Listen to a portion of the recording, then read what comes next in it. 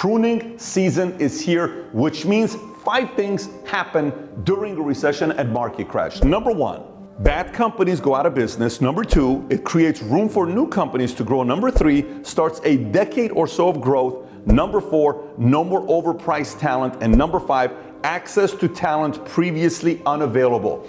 These 5 things are great opportunities for new businesses, small businesses, and entrepreneurs. So now, 10 reasons why this is a great time to start a business for yourself. Number 1, when a season like this show up, unfortunately, many people don't make it, which means there is less competition. Anytime there's less competition, if you got a better story, you're able to get in front of the customers better. So again, point number 1, during a recession, there is less competition, bigger opportunity for you if you can survive and thrive during this type of a season. Point number 2, all-in mentality.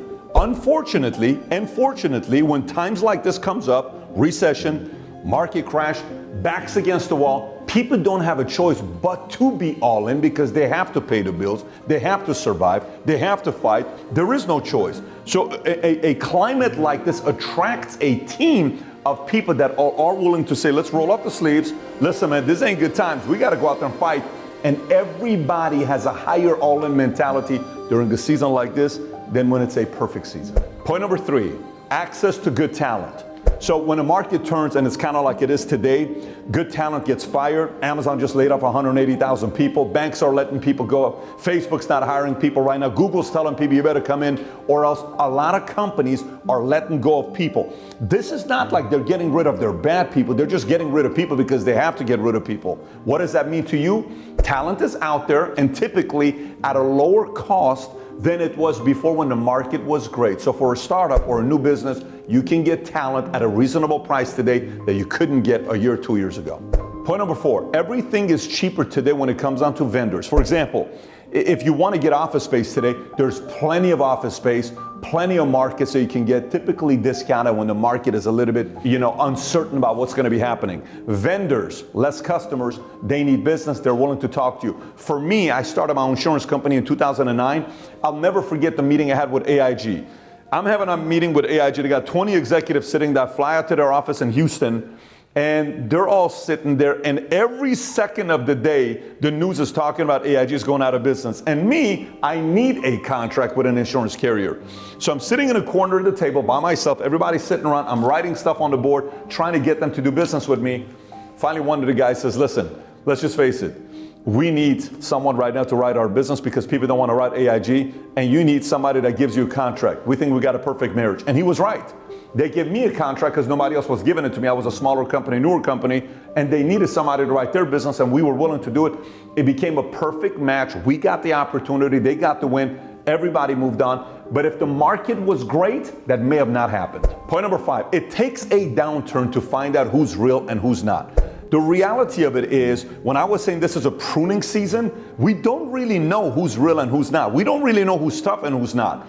Running a business is very, very, very hard. Don't let anybody fool you. For every one person that makes it, 98 go out of business. Just keep that in mind.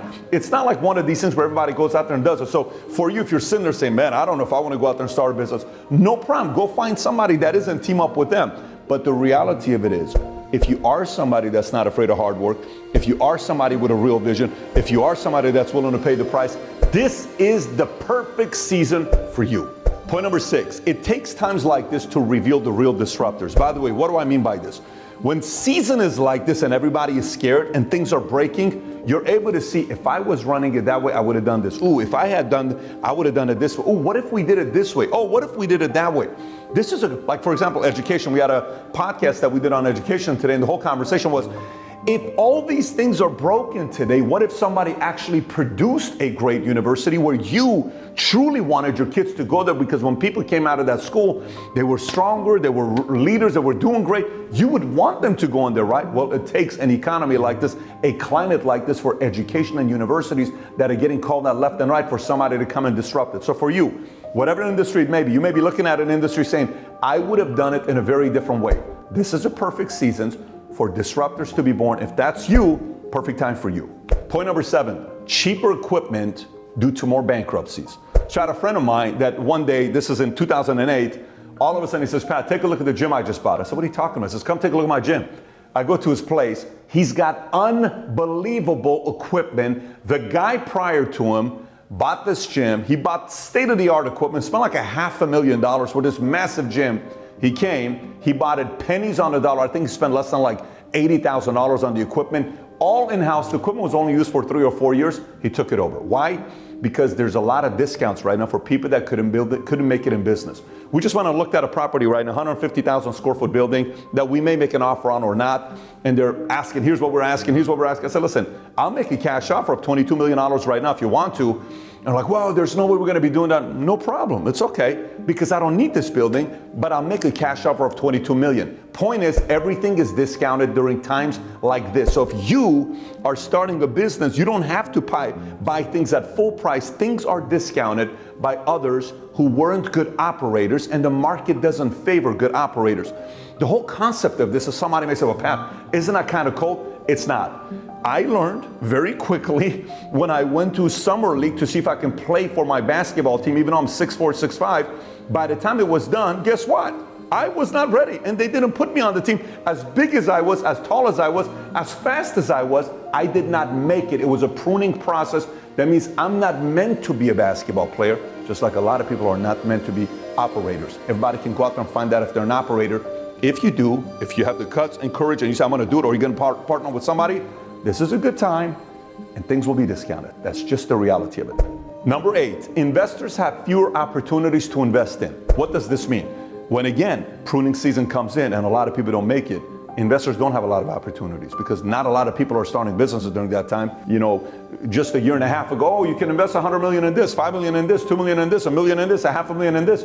There aren't that many opportunities during downturns, which if you are somebody that's putting up numbers during a season like this, it is a lot easier to get the attention of investors today than maybe you would have gotten 2 years ago in a great market. Point number 9, incumbents became lazy. What do I mean by this? If you're getting into a marketplace and say somebody went on a 7-year run and the company grew, their business is doing very, very well, typically success makes people lazy. Unfortunately, a lot of times people are like, oh my God, look how we're doing, look how much money I'm making. They golf 6 days a week, they golf 5 days a week, they sleep in, they go home earlier. Most people compete that way. So when you do come in and you choose to compete, you're making them work. Listen to me, I'm gonna give you something, a little bit of an insight.